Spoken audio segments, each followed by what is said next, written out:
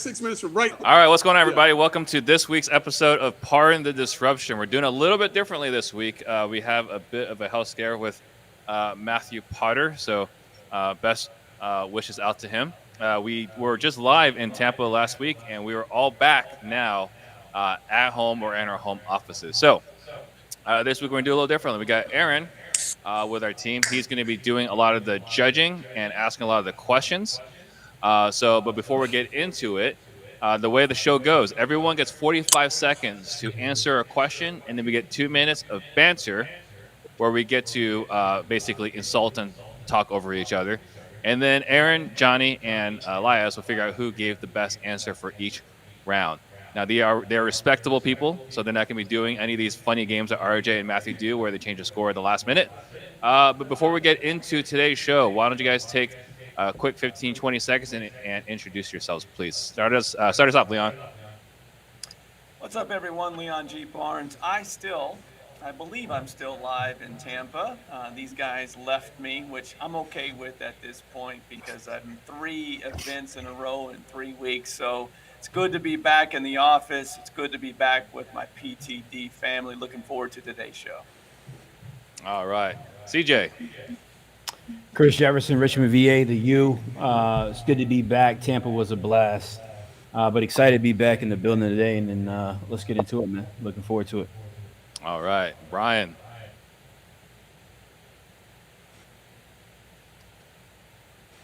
Uh-oh. Brian? I'm not going to say it. Can you hear me? Yes. I'm not getting into it. Brian Manley at Phoenix, Arizona. Just recently in Orlando. And you guys here? Can you guys hear me? Yep. Can you guys hear me? Am I frozen? I can hear you. Oh, shit. Hello. We can hear you. All right. I think it ended. Can you guys? Good? All right.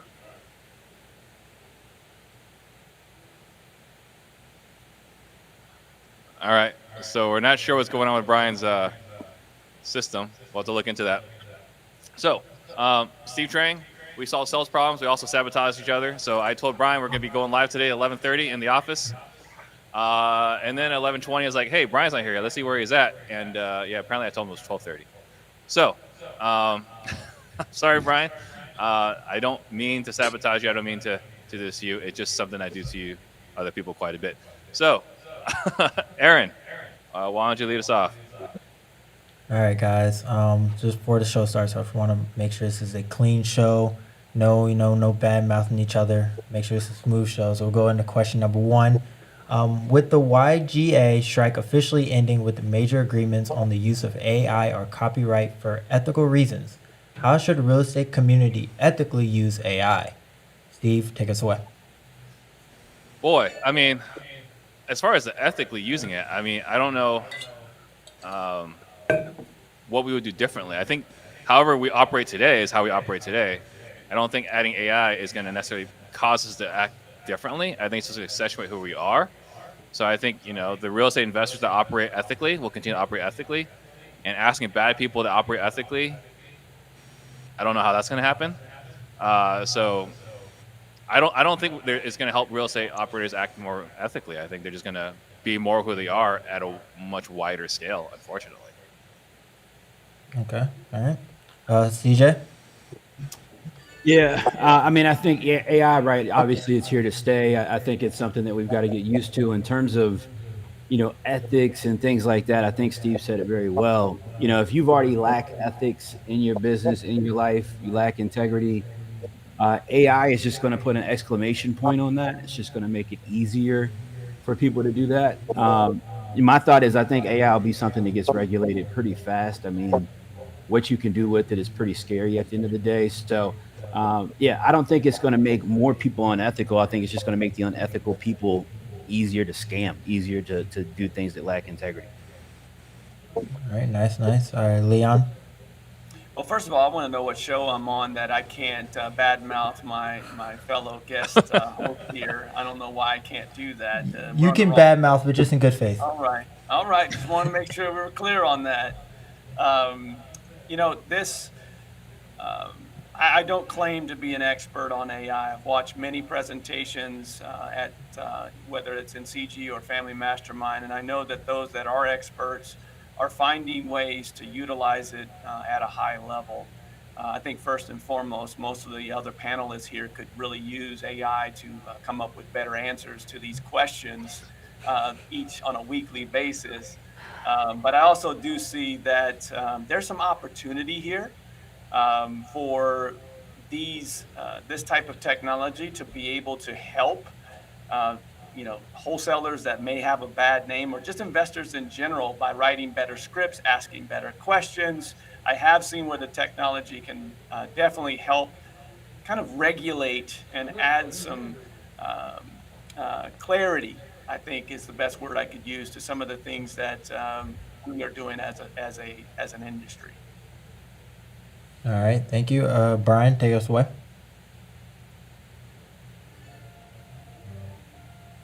I don't know if Brian's thing's working yet.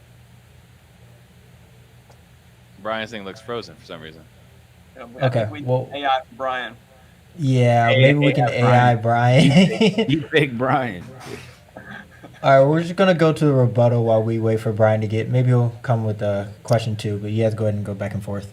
Yeah, I think if you're looking at applications for it, right, the biggest challenge is that we don't really have we don't have a regulatory body, right? Because if there was, something AI could do would be able to Make sure script you these guys give me different your websites and points. figure out who's snaking whose deals, who's reposting other people's deals in bad faith, right?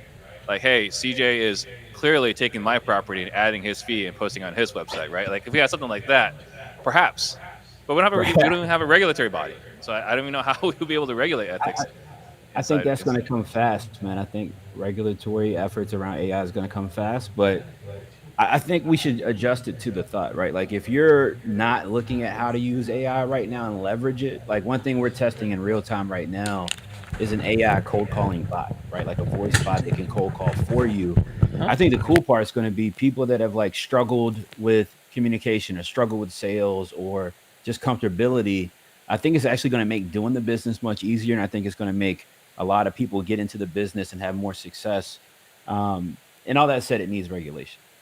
Yeah, What and you you think just about like said, Hollywood. CJ, yeah, what CJ just said is where I was going with this. Is in 45 seconds, it was a little harder to get it in, but if you look at why Hollywood was striking, specifically the writers, is because AI was able to write and take their jobs, right?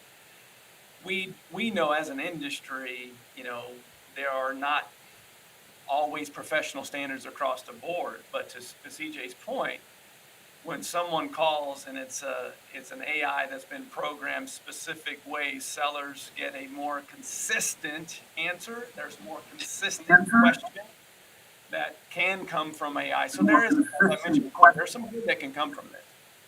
Yeah, I think it's laughable, right, to talk about Hollywood and ethics, because this is like this is like the Me Too movement, right? And like every time someone has a book that Hollywood buys their rights, they find a way to not pay the author.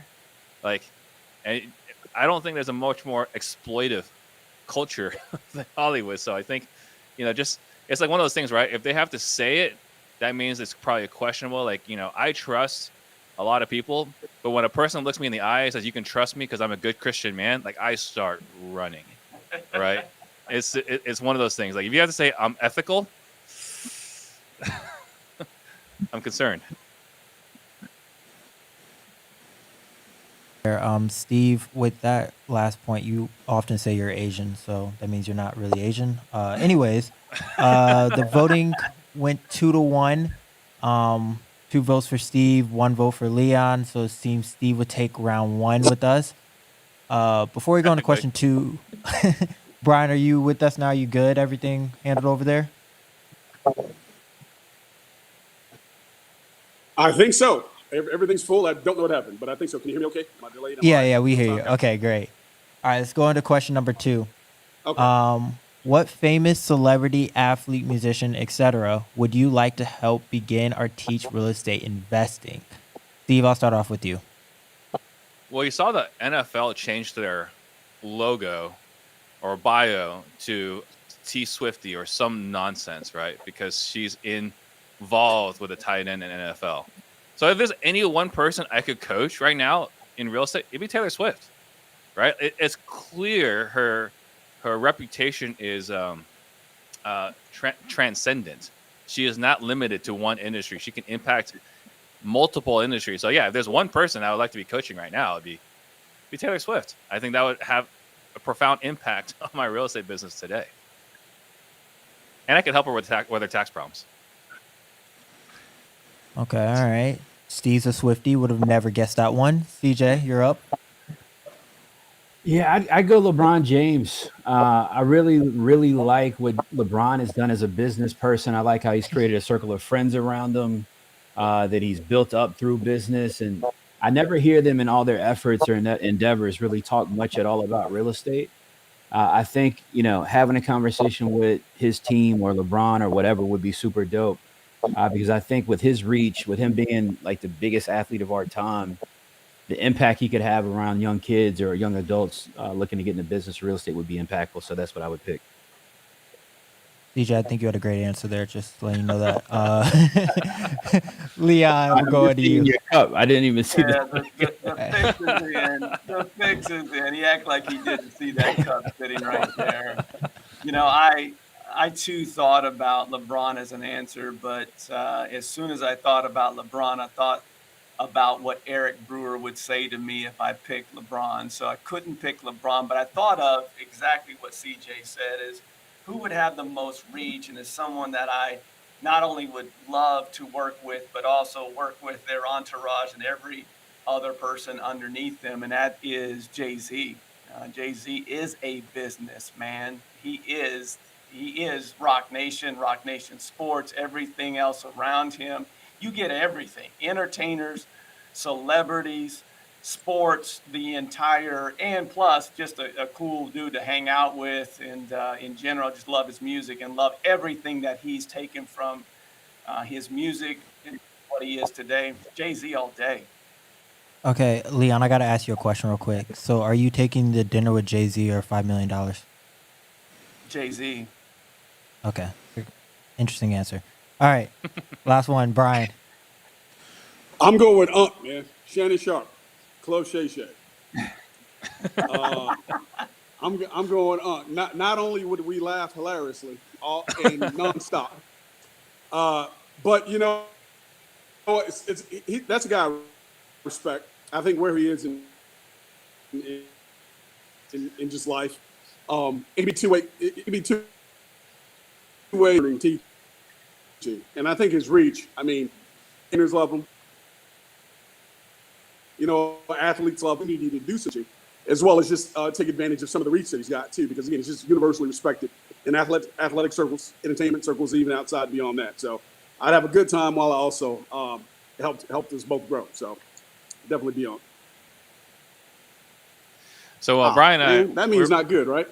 No, that means you're 45 seconds up. So Brian and I were hanging out, and I was telling him we were in Orlando, right, for ClickFunnels, and we were talking about how I had a hard time ever taking Shannon Sharp seriously because if you guys remember back in the day during the Super Bowl run, I cannot remember who was talking trash to him, but basically he's like, Shannon can say whatever he says, but I will not respect anyone. I won't take any trash talk from anyone that looks like a horse, and that image has never. Not Shay. Not Shannon Sharp. That's my guy right there. Well, I can't let that slide. I'm trying to remember who it was. I can't remember who it was. Was it John Lynch or whatever? No, it was a defensive back from the Atlanta Falcons. First name was Ray. Forget his last name. Somebody got ran over, I would bet. Probably, yeah. Well, they didn't win Trucks, that Super Bowl for sure. For sure. Yeah. So did Leon say dinner with Jay-Z over $5 million? Yeah, shout out to my bank account, as Chris would say. That guy. Man, there was no hesitation whatsoever either. Hero, man, what's worth more to you? You know how to make money. Everybody in real estate, especially on this panel, understands how to make money. I connections is for me is worth more than the money, without hesitation. So we're talking about reach. Why not Messi? I think he's got the most. Yeah, I think he's got the most followers right on Instagram. Well, if you're asking me that question personally, like I grew up with listening to Jay-Z. I didn't grow up playing soccer, so it's a preference for me. Yeah. I mean, I don't know what's the point of debating. I already know Oh. how Aaron's going to vote. Exactly. See, he hit that cup now. Let's get this cup out of the picture. Okay, All right. first of all, Steve, the cup is going to stay in the picture. Second of all, you called Shannon Sharp a horse, so you're definitely not winning this round. I want you to know that. That was crazy. I didn't say it. I was quoting someone during the Super Bowl run, and I couldn't get that image out of my head afterwards. I mean, there was that, and Shannon Sharp's retort to that was like, "Listen, if I was in a snowstorm and I saw him pulled over to the side of the road, I'd look at him and keep driving." Okay. Anyways, all you guys' answers were great, other than Steve. I'm not going to be like Potter, who would minus points away. But surprisingly, this one actually went three ways. It was 3-0. Leon actually got all the votes there with the Jay-Z answer. CJ, I did love the LeBron answer. No, I thought But- Liam had a great answer. I really did. Yeah, but the Surprising Jay-Z point. answer was phenomenal. 100%. All right, going on to question number 3. According to a report by the ATTOM, home ownership is now unaffordable in 80% of U.S. counties. What do you think could be done to make housing more affordable? Leon, lead us off. We've had this discussion many a times on this show.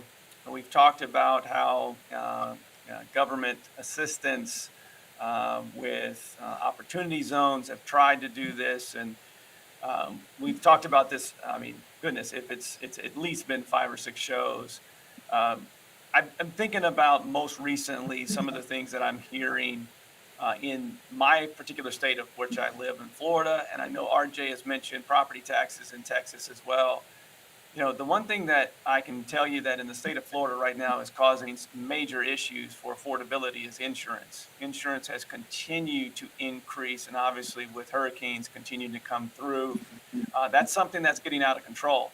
So some regulations on not only insurance in the state of Florida, across the board, because I'm hearing that as well, that it's not just a Florida thing. Same thing with property taxes. It's getting to a point where it's making housing unaffordable for most people. All right, thank you. Brian, you're up next.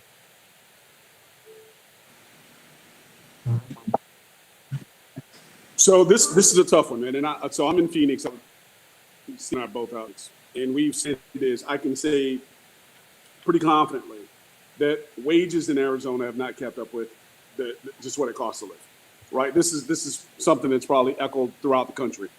I don't know how you tamp down the appreciation of properties when you simply got a supply issue, and also not have government intervention into the income side.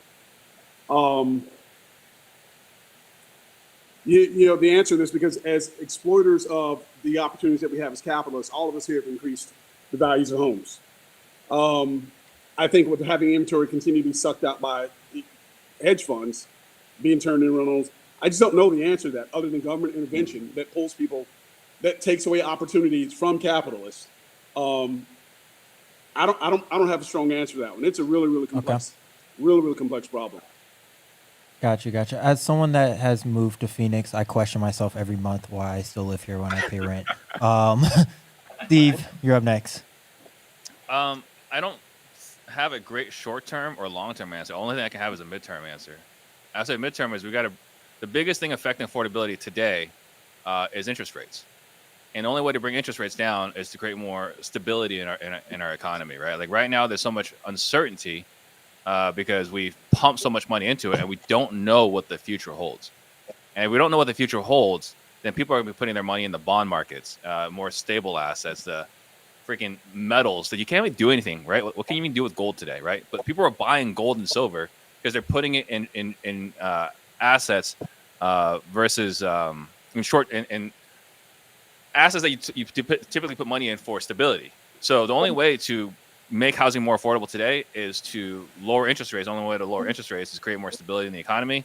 But I think that's a midterm answer. I don't think there's a short-term answer we can fix this. And long-term, I'm kind of resigned to the fact that we're going to be like Europe and all these other countries where just It's a society of either your family has assets All or right, it Steve, doesn't, time up. and everyone else is renting. All right, thank you. Other than the fact that you went over the buzzer, that was a good answer. CJ. Yeah, I mean, look, Brian was going in the right direction there. It's government intervention. It's the thing that nobody wants to acknowledge or nobody wants to accept. Here's the hard facts. As capitalists and developers, we're all guilty of, myself included, by the way, of contributing directly to this problem. So here's how you fix it. The government has to incentivize people like us. It has to incentivize Wall Street. It has to incentivize builders in this country to build affordable housing. The only way they can incentivize people to be able to do that is by offering some sort of subsidy that makes it profitable for somebody to make the business decision to build something affordable. If you've got to go out and pay for land, if you've got at market rate, if you've got to go out and pay for housing at market rate, you've got to then go sell at market rate after you add value to that asset, just because that's just how it functions. That's just how it flows. So it's really on the government at this point to create some sort of opportunity for this to function and flow better.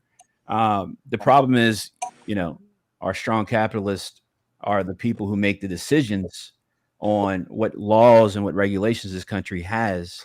And in their minds, it makes no sense to incentivize Time up, people to CJ. build better. Thank you. I don't think it's the necessarily the politicians that don't have the right things in mind, right? I don't think they even think about it because there's no one fighting for it. There's no one.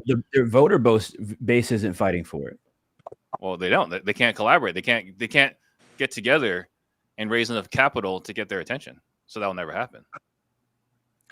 But that is the solution. Well, I think another thing with that too, though. Oh, go ahead. Go ahead, Brian.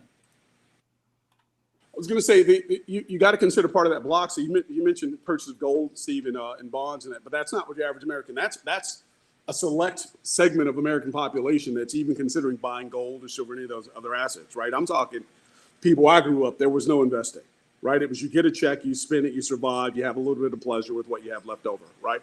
That's a lot of America. So I think what we have to do in some regards is take a step back and not think in terms as sophisticated as we would typically do in this space, because the average person is makes $50,000 a year, right? If you're in Phoenix and you're trying to rent a one bedroom, you can easily pay $1,800 a month for a one bedroom, right? I think 50% of people, what they're taking home right now goes to housing, and some people are higher than that. So I think there's a couple of things. When we had the interest rates low, we saw housing prices skyrocket because money was cheap. And it was easy for us as investors to continue it. So we saw these start to these hockey sticks. Now that we've got the higher interest, it just costs more to buy it. The prices have stopped climbing, but now it costs more to buy it and to own it. And so there's a 2.5 shortage of inventory for years. It continues to be that, but the people who are most in need don't have the cachet of political pull to affect that change. The people who need it most don't have the voice, right? That's a sad reality. It is sad. I'll give you a real life example of what you said, Steve, about interest rates currently and what CJ said about incentives. I have several lots that I want to build on. These are in neighborhoods in which would hopefully would be affordable homes.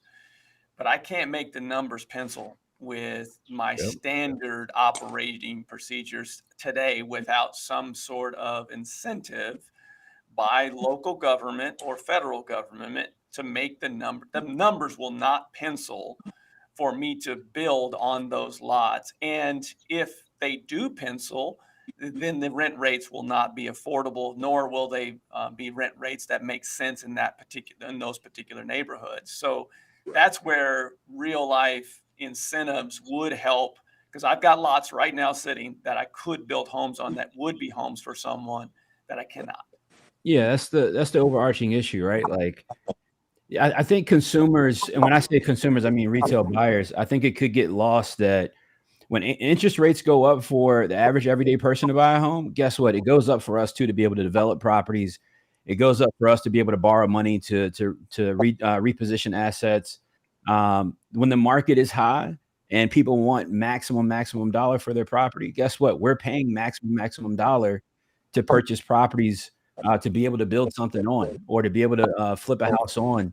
So I don't know what you do, man, without the government being willing to step in. And because look, now it's becoming a big problem. We talked about this pre-show. Now it's up to 80% of people can afford a house, right? So like, what's it going to be when it hits 100? Is that when the government's going to jump in and say, oh, now we should do something about it? The political base, I agree, Steve, it's not the politicians that drive it. It's the constituents that drive it. The constituents happen to be high net worth individuals, generally property developers as well, that are driving the bills that get pushed through, that are driving the tax incentives that get pushed through. So it's not going to be something that's pushed until the pain is felt on the developer builder side. And I think we're getting ready to bump into that here in the next couple of years pretty clearly. So I would expect something to happen for sure. Real quick, just to go back to what CJ, you're talking about there. When I started off, we were talking about that we had this conversation multiple times. So I added to the conversation with insurance and property taxes getting out of control in certain states as well. That adds to that issue of affordability. And Yep. we continue as we have this conversation. It seems like each quarter something else is new is added to it. And so at some point that bubble is going to burst and someone's going to have to step in. And I don't know, we as capitalists don't love when government gets involved, but I don't think there's any way around it in this particular case.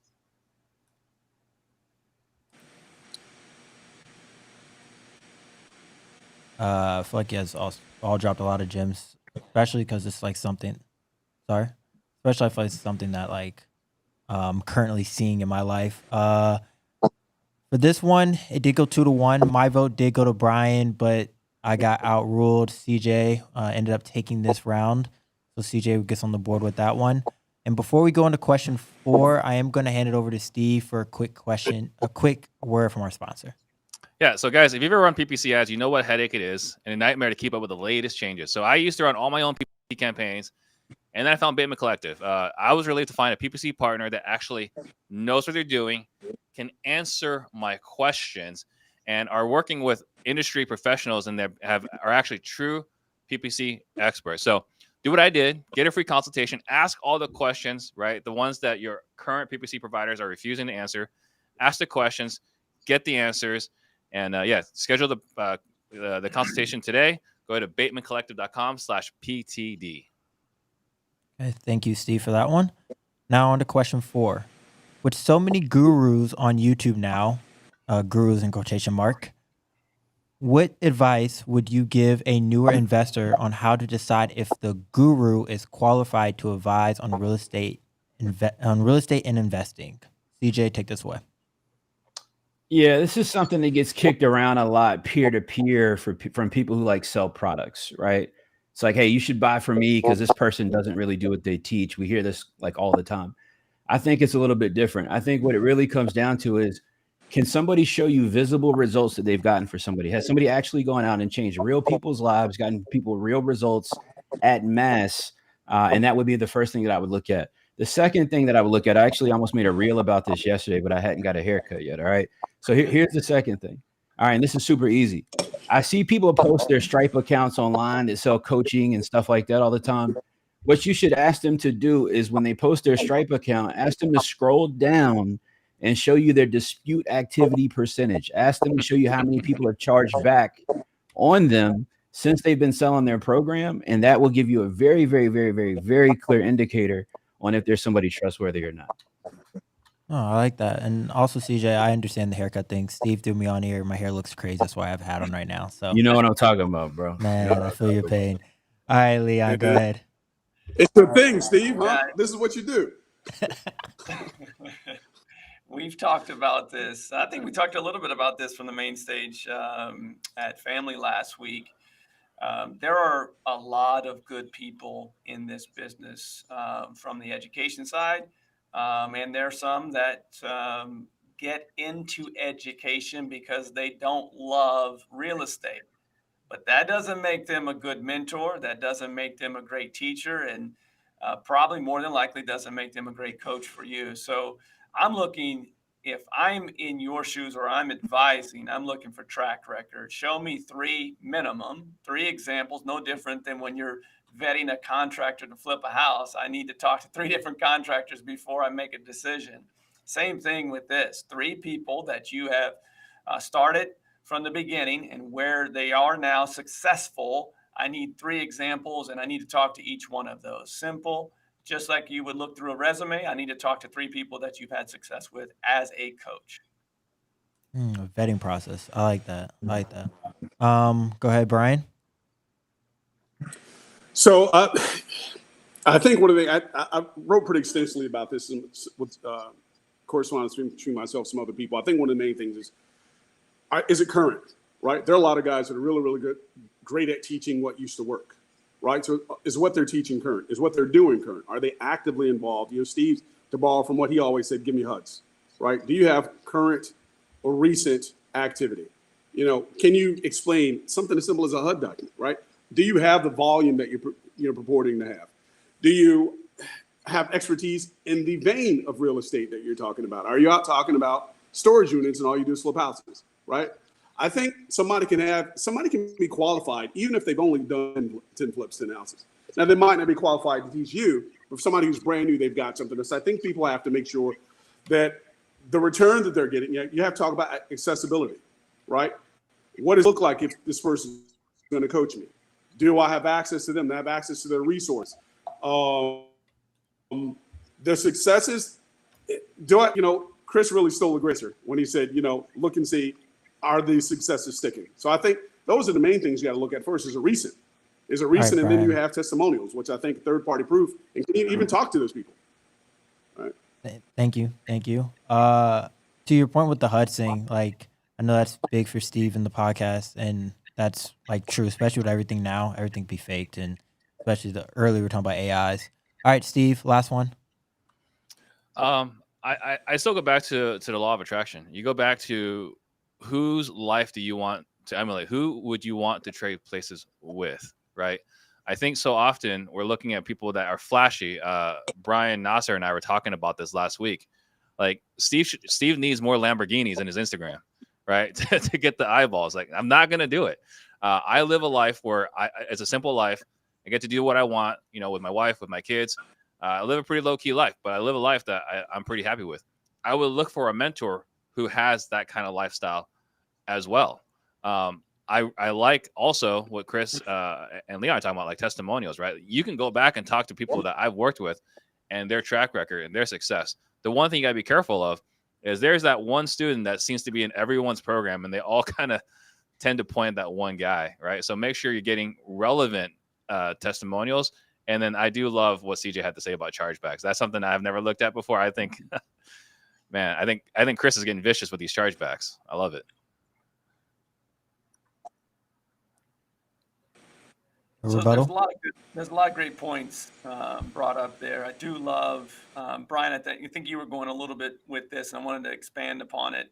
Also, make sure that you're choosing someone that is in the industry specifically for their niche that they are in, that you want to be in, right? If you're looking to flip houses, find someone that has experience flipping houses. If you're looking to find someone doing novations or wholesale, make sure that you're looking at specifically people that have experience doing those things. It's important because I do see people getting into the wrong programs when all they wanted to do was X, and they got into this program because they liked someone and followed someone, but it didn't necessarily fit with their long-term goals of what they wanted to accomplish.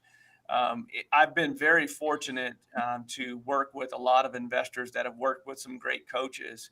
And to Steve's point, there are a couple of coaches that have coached people to a level of CG level that are very consistent. It's like 3 or 4 or 5 of them came from that one coach and 6 of them came from that other coach. Don't find someone that just has the one student that they go to on every testimonial. Yeah, and that's a big trend right now. You're seeing this a lot. The authority figure or whatever, or you just keep pointing to that one guy. Like, here you go, like that guy's doing it, right? Like be leery for the authority figure. Yeah, if you're watching somebody's content or webinar or whatever, And every ad you see from them, everything you see them do, they highlight the exact same person or the exact same self result they've been able to create. You should ask that person quickly for referrals to other people they've gotten direct results from, because they would only be using that same one over and over if they were lacking in others. So you definitely should look for that. Yeah, and one thing that I used to I used to run my own sales calls, right? Like, Steve, why should I get sales training from you versus somebody else? Like, I don't know. Maybe go ask the other guy. Like, ask him how many houses he bought last month.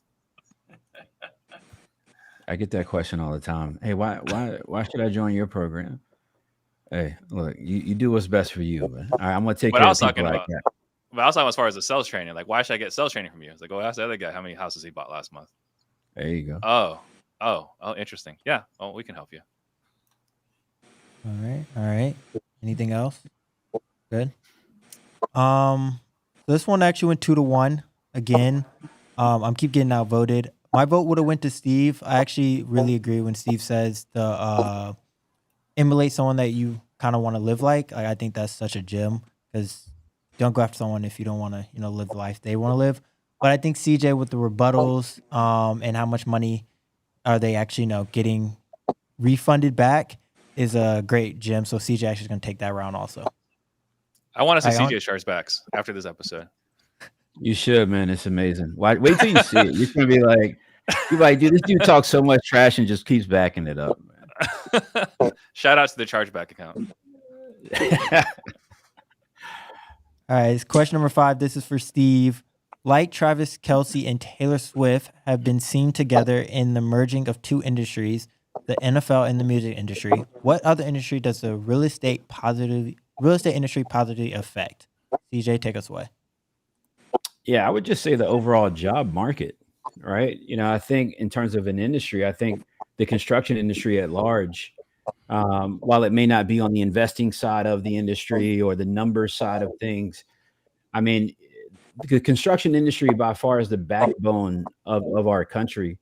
A lot of people's parents, a lot of people's family members have grown and created life through construction, and not just construction, but the manufacturer side as well, in terms of, materials and things like that. So I definitely would say construction 110%. All right, Leon.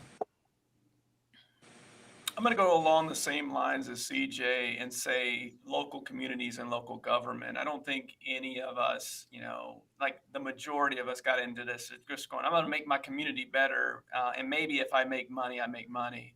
But inadvertently, if you look at whether you're wholesale, novate, fix and flip, someone at some point of that chain is going to make that property a home for someone. And generally, a lot of the assets that we're purchasing, a lot of those have back taxes, which helps local government, right? They catch up on the taxes for that property and they pay those taxes consistently. Most, not all, most do. You now have a house that is no longer vacant in neighborhoods that are being rented out or owned. Home ownership is a big part of our society. So I think if I look at what we do without necessarily intending to do, we make our communities and our government, our local governments better because of this, what we chose, our lifestyle that we've chosen, which is real estate investing. All right, helping out the community. I like that. Brian? So I wouldn't go with necessarily an industry, but I'd look at it rather as just the kind of the reverberation that happens when you build real estate, right? So there's an area downtown Phoenix called Roosevelt Row, right? A lot of people haven't been here a long time don't realize that used to be kind of like a Skid Row type area. Then you had artists and you had some of the creatives start moving in that area. And what you see now is this proliferation of bars, restaurants. You've created community gathering spots where there was this dearth of this prior to. You've got unskilled labor and skilled labor, both that benefit. You've got young people that grow up. They have a collective space now. You've got community centers that grow out. So I think communities overall and all these different jobs and roles that feed into having a vibrant community are all impacted by just beginning to start to ameliorate some of the real estate areas. So it touches everything. I mean, it touches everything. I literally have watched community unfold just based on starts. Gotcha. I that was a good reference. I like that one. Improve it. Oh, my bad. Yeah, I think kind of like Brian, right? What Brian said, like real estate affects so many different industries, right? It's kind of like oil. Like if oil goes up, like everything gets affected, right? Real estate, when real estate transaction occurs, right, with a wholesaler, you got a flipper involved, you got a hard money lender involved, you got real estate agents eventually down the road, title company, escrow, loan officers, home inspectors, contract. Like it literally affects so many different industries. So I'm hard pressed to answer this question, like what industry benefits the most, because I think it just benefits the entire area.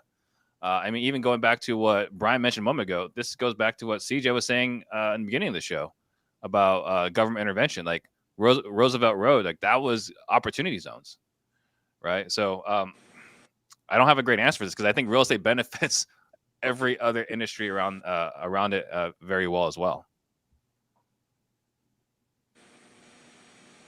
Any rebuttal? Yeah, it's a hard one because the question is how does it inadvertently affect positively? So without intention, and there's not a lot. I mean, it's hard to have a rebuttal on that because it affects so many things positively. And coaches, gurus like Chris Jefferson. without real estate, we wouldn't have gurus like Chris Jefferson. You're on mute, Chris. You're on mute. I said I don't know if I'm guru status or not. All right, I don't. Guru is right under mogul. You're on your way. Yeah. There you go. Get 2 U's in that guru for you. Exactly. Yeah, there was an NAR study. You know, it's like it was like for every house, and it didn't make a lot of sense, but if I remember correctly, it said something along the lines like every house that gets sold in a year creates 2 jobs, right, throughout the duration of the year. So, yeah, real estate's the backbone. And you saw what happened in Phoenix when real estate went down. Like the entire city cratered, right, when real estate market went down. I know. Every time I bump into somebody from Phoenix now, you know, they just seem stressed. You know, I'm like, is it the heat or is it the economy? Like, I'm like, what's going on out there in the desert, bro? Yeah. Steve Trang and Doug Hopkins. Everybody else is stressed, apparently. Exactly. That's no, Brian's living the good life. We caught Brian at home. He's normally on the ocean somewhere. Bro, I just got back, and then be on the yeah. But you know, it is the heat, man. I haven't been hot for 9 days, man. It's got back and it's hot again. Yeah, definitely the heat, man. What the hell is this? I definitely feel you're saying, CJ. Definitely stressful over here. Also, just so everyone knows, I'm getting attacked saying that I only vote for CJ. It's not my vote. I have other people in my ear giving me votes for who wins. So yeah, welcome to the U fam, bro. Welcome to the U, man. It's not an attack, it's an assessment. I actually voted for Steve last round, and the round before I voted for Brian, so it's whatever. Wait, who's doing this overriding? Who is it? Who are these people? They're off camera. I'm not gonna snitch on my whole team like that. But Brian, you actually did win this round. Okay. You actually did win this round. You had most of the votes with that one. All right. On to our 6th and final question. What's the most costly mistake you've made so far in your career? Brian, take us away.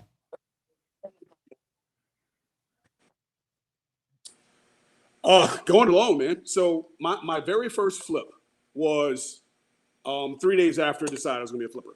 So it was like, let's be a flipper. 3 days later, I had a house, right? I've only lost on 3 deals ever. And this is the first one. It was $50,000+. It was a house that I got. I didn't know it came from a wholesaler that a realtor introduced me to. Bought it. It was move-in ready. And I thought, I watch TV shows where you flip houses. So I ripped up all this shit that was already, that was already livable and redid it all to flip it in a neighborhood in Scottsdale on the hill. Mine wasn't on the hill. Comps were all messed up. So my most costly was just running in ignorance on fire and just starting without talking to anybody. So that was it right there. Just waiting to get other people who knew what the hell they were doing to tell me you should probably do some things differently. You sound like Steve. I started out the gate. Yeah.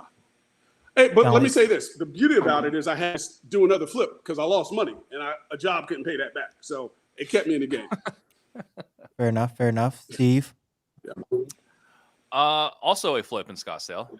So I didn't realize this was like in a very desirable area, expensive neighborhood, Gainey Ranch. And so I was like, oh, I mean, I can't lose in Gainey Ranch. So I bought this property. It's the first time I worked with this hard money lender. And the costs were kind of high, but it was whatever. The biggest thing that bit me in the butt was I didn't realize how important it was to not back up to a road. And this wasn't a main road, right? This was just a road through the neighborhood. But I thought there's no way it would affect more than 10%. But once you get into the price point of 900 to $1 million, and this is before everything went crazy, people take off a lot more than 10% when you back off to a road that's near a school. So I thought we were going to make like 40, 50, 60K on this one, kind of thing, but whatever. I think we ended up losing 80,000 on that flip. So that was the most costly, failing to underwrite, backing up to a minor road in a really nice neighborhood. Steve, can I ask you a question? So, like, back out like of your driveway into a minor road? No, the backyard. The backyard is Oh, the the street that backyard, everyone okay. takes to drop their kids off at the school. Oh, okay. All right, CJ. You're on mute again. DJ, you're muted. Most costly mistake. I've had some mistakes in business. By far, I don't even want to tell you how much it's cost. But doing business with the wrong person.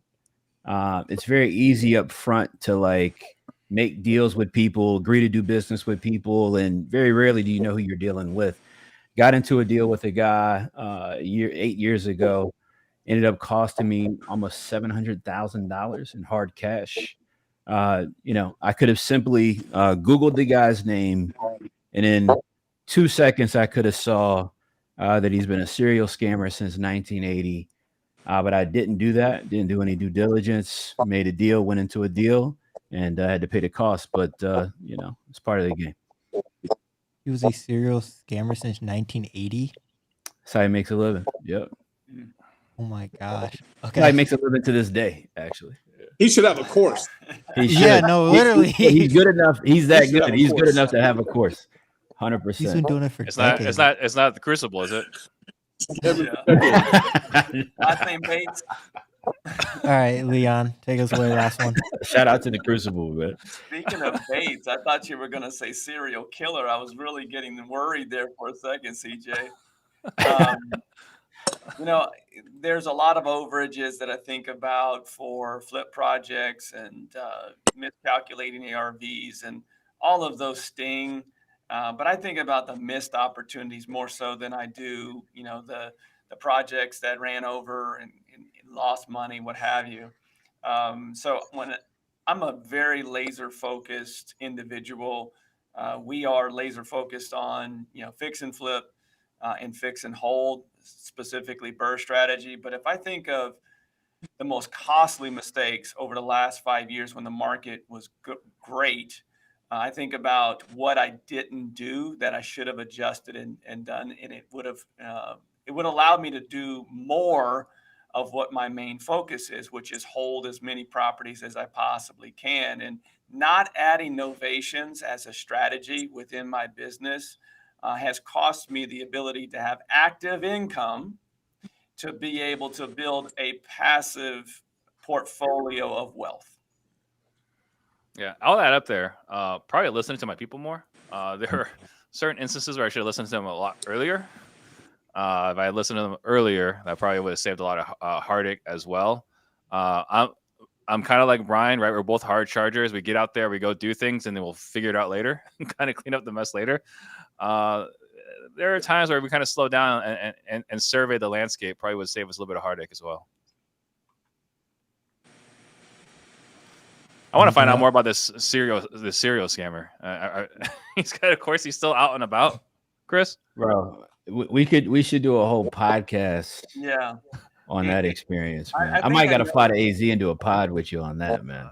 700 hard cash, man. Trust If me. this Bro. is the gentleman from Richmond, I'm aware of the story. if Yeah, this is. yeah. In fact, It is. someone brought him up earlier this week at our last CG Select meeting. I don't remember who it was, but it was a Virginia Beach guy that brought up this Richmond guy.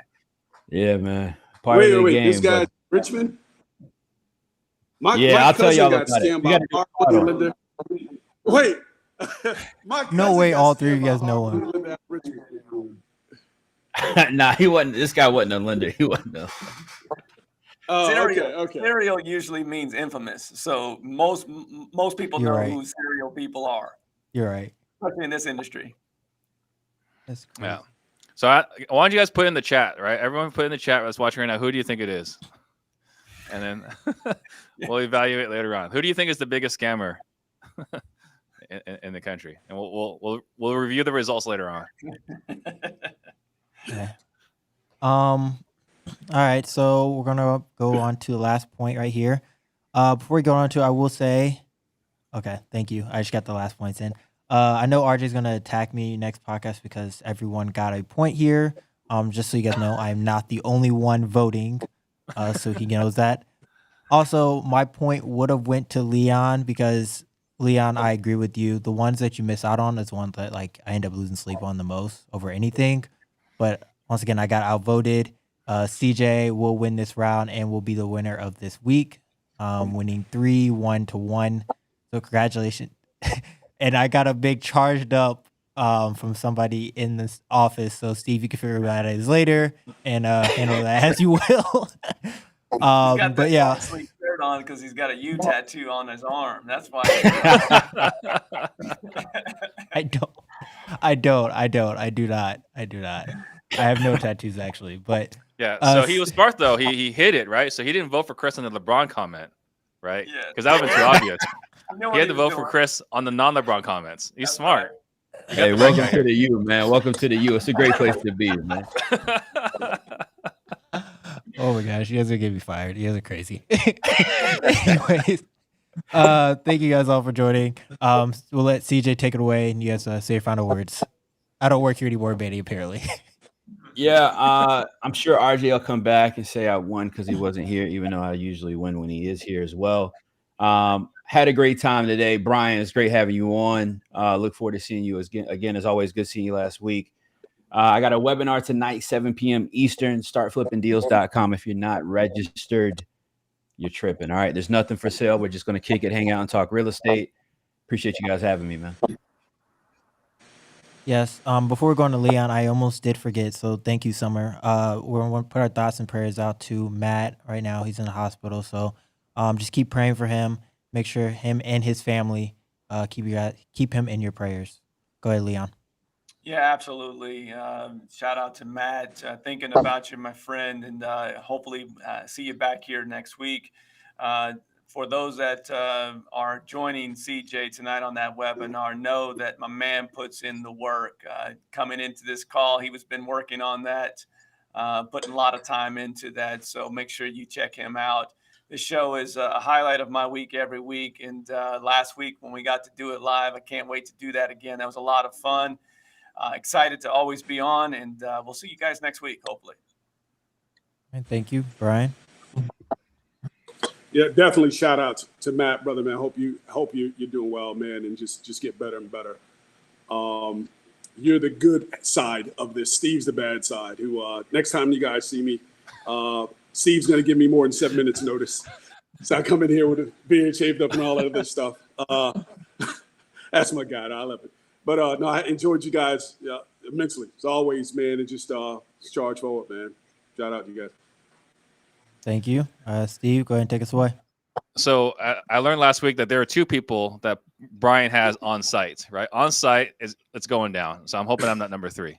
I apologize, Brian, setting you up for failure, asking you last minute. It's like, oh, by the way, it's not 12:30, it's 11:30. But you'll kind of get used to it when you hang around me just enough. So it was a great show, fun as always.